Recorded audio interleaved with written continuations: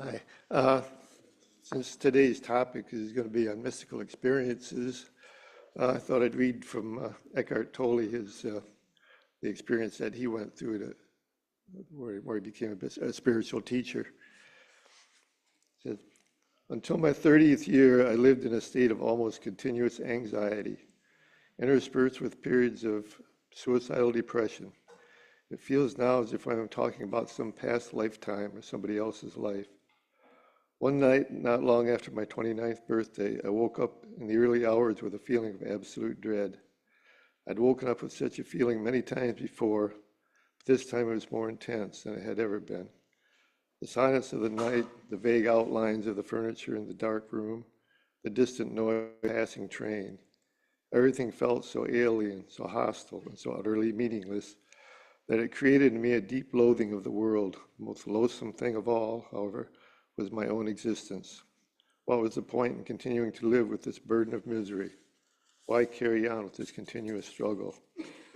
I could feel that a deep longing for annihilation, for non-existence, was now becoming much stronger than the instinctive desire to continue to live.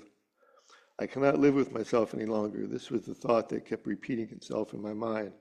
Then suddenly I became aware of what a peculiar thought it was. Am I one or two? If I cannot live with myself, then there must be two of me, the I and the self that I cannot live with. Maybe, I thought, only one of them is real. I was so stunned by this strange realization that my mind stopped. I was fully conscious, but there were no more thoughts. Then I felt drawn into what seemed like a vortex of energy. It was a slow movement at first and then accelerated. I was gripped by an intense fear and my body started to shake. I heard the words, "Resist nothing," as if spoken inside my chest. I could feel myself being sucked into a void. It felt as if the void was inside myself rather than outside. Suddenly there was no more fear, and I let myself fall into that void. I have no recollection of what happened after that. I was awakened by the chirping of a bird outside the window. I had never heard such a sound before. My eyes were still closed, and I saw the image of a precious diamond. Yes, if a diamond could make a sound, this is what it would be like. I opened my eyes. The first light of dawn was filtering through the curtains. Without any thought, I knew that there was infinitely more light than we realized. That soft luminosity filtering through the curtains was love itself. Tears came into my eyes, and I got up and walked around the room. I recognized the room, and yet I knew that I had never truly seen it before. Everything was fresh and pristine, as if it had just come into existence. I picked up things, a pencil, an empty bottle, marveling at the beauty and aliveness of it all. That day I walked around the city in utter amazement at the miracle of life on earth, as if I had just been born into this world. I knew, of course, that something profoundly significant had happened to me, but I didn't understand it at all. It wasn't until several years later, after I had read spiritual texts and spent time with spiritual teachers, that I realized that what everybody was looking for had already happened to me.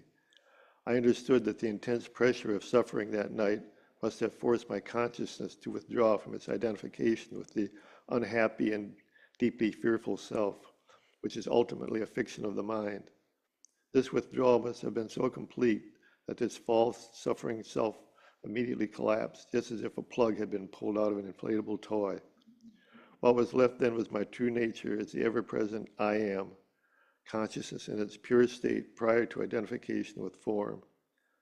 Later, I also learned to go into that inner timeless and deathless realm that I had originally perceived as a void and remain fully conscious. I dwelt in states of such indescribable bliss and sacredness that even the original experience I just described pales in comparison. The time came when, for a while, I was left with nothing on the physical plane. I had no relationships, no job, no home, no socially defined identity. I spent almost 2 years sitting on park benches in a state of the most intense joy.